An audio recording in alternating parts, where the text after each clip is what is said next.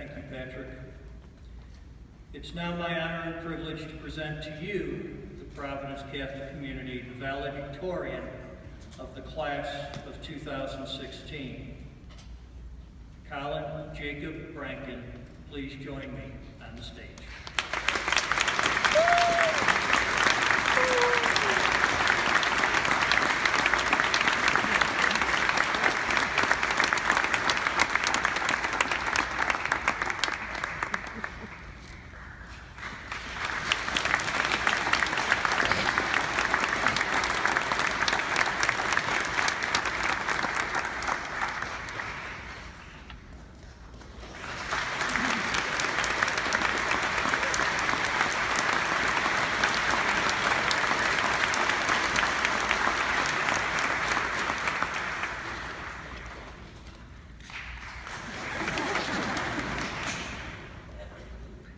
Colin is the son of Patrick and Susan Brankin of Orland Park.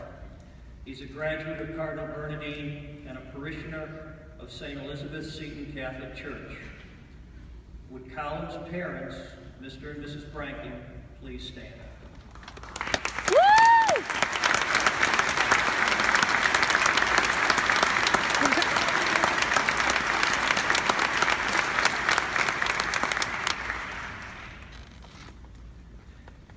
Colin has earned high honors every semester of high school.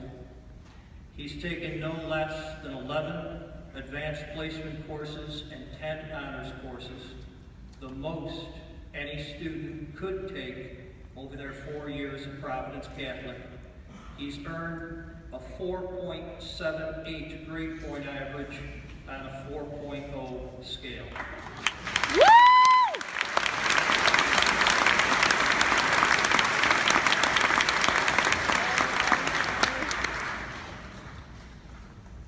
Colin is both a member of and an officer in our National Honor Society. He served as vice president of our student council. Colin was recently named an AP Scholar with distinction and a National Merit Finalist. Colin has earned a broad scope of academic awards, including Algebra 2 Honors, Geometry Honors, Pre-Calculus Honors, Biology Honors, AP Chemistry Honors, Physics Honors, English 2 Honors, AP English 3 Honors, Spanish 2 Honors, Spanish 3 Honors, AP European History Honors, New Testament Honors, Church History Honors, AP U.S. History Honors, AP U.S. Government Honors. In his spare time, Colin is a member of our volleyball program, math team, and mock trial team. He's also an Augustinian youth minister, a student ambassador, a peer tutor, and a sacristan. Colin also helps coach the volleyball team and the scholastic bowl team at Cardinal Bernardine Grade School. Colin will be continuing his education at the University of Notre Dame, where he'll major in chemical engineering. Ladies and gentlemen, I present to you Mr. Colin Jacob Brankin.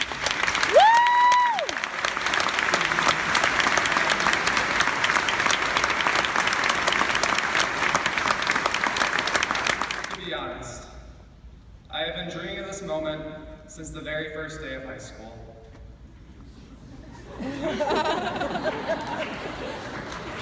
Yeah, Colin! Everything that I have done, from sleepless nights filled with homework, to taking an ungodly number of AP classes, has been geared towards this final prize, a graduation speech on the Rialto stage, a dream finally come true. And from that very first day, I thought that this moment would be my time to shine, my 6, 7, 8 minutes in the spotlight. But now, as I'm standing here speaking to all of you, my fellow graduates, I have come to realize that I was so wrong.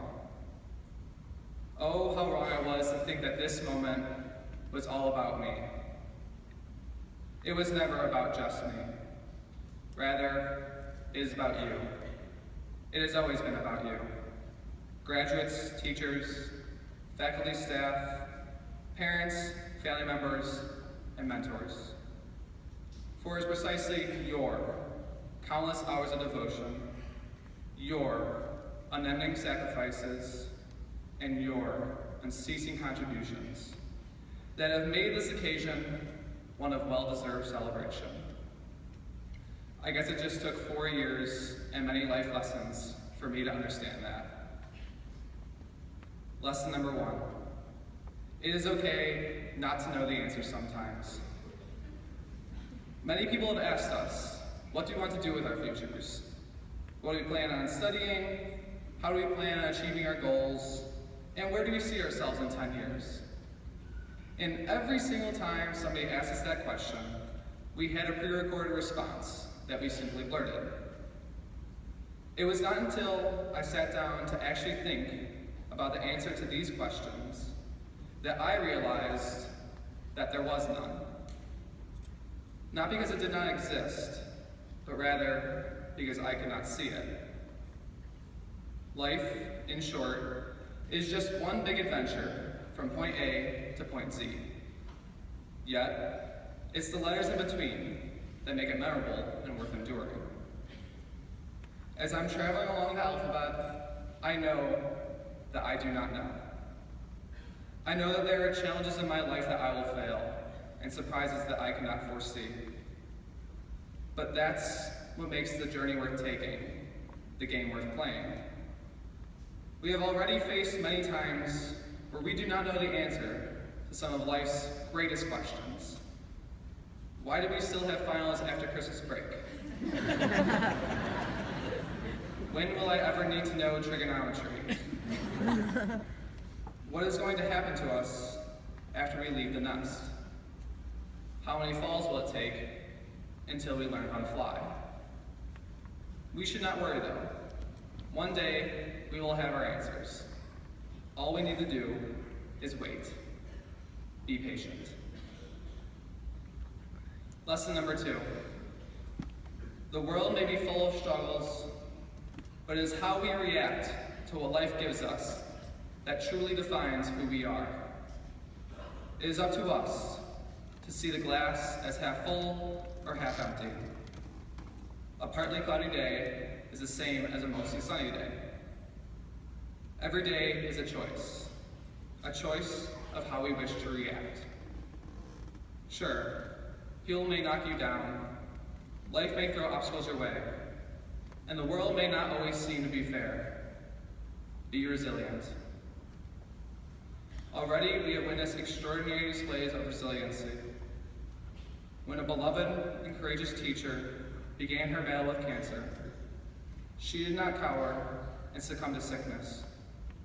She did not back down in the face of adversity. She fought, and she didn't fight alone. She fought with the entire Providence family at her side. She fought with prayers and intentions every single day until she conquered the horrible disease. When an incredible and loving classmate passed away suddenly, he was not alone either. Over 700 members of the Providence family sat in a small gym and stood the grotto to unite together with one mind and one heart, to support each other in a time of grief, to show everyone what it means to be a community, what it means to be Providence. It is from these experiences that I have realized that being resilient is not something that we do alone.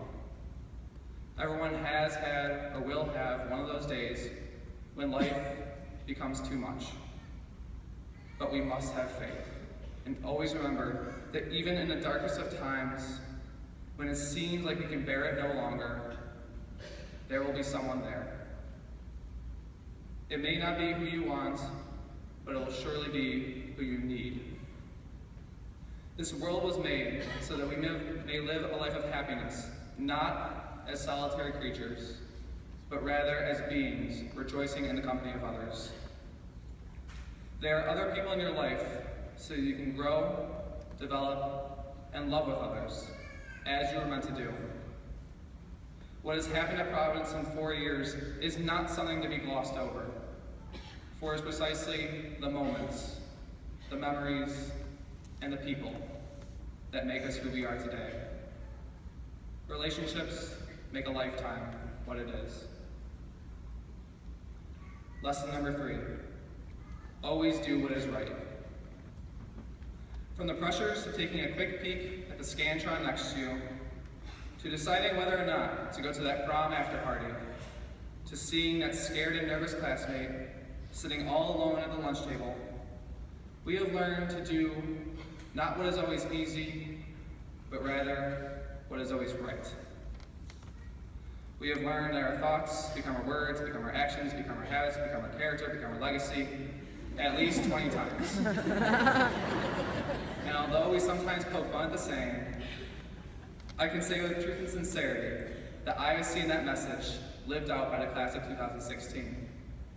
You are the ones who rely upon your skills to reflect your abilities rather than copying the work of others. You are the ones who know how to be responsible adults that make educated choices for themselves. You are the ones who talk to the shy and the meek, the ones who embrace them with open arms, regardless of what society may classify them as. You stay true to your morals and do not let others tell you what you should do. Be yourself. And now, for the last lesson I get to share with you. Number 4, life is so precious, so live it without regrets. Be present. Make the hand that you've been dealt into the best play possible. Cherish every accomplishment, both great and small, always remembering that every achievement stems from God above. A good friend once told me that if anyone deserves a shout out in my speech, it is God. So then, if you forget everything else that I have said here tonight, which is a likely possibility, listen to this. The greatest lesson of all is to be grateful for God.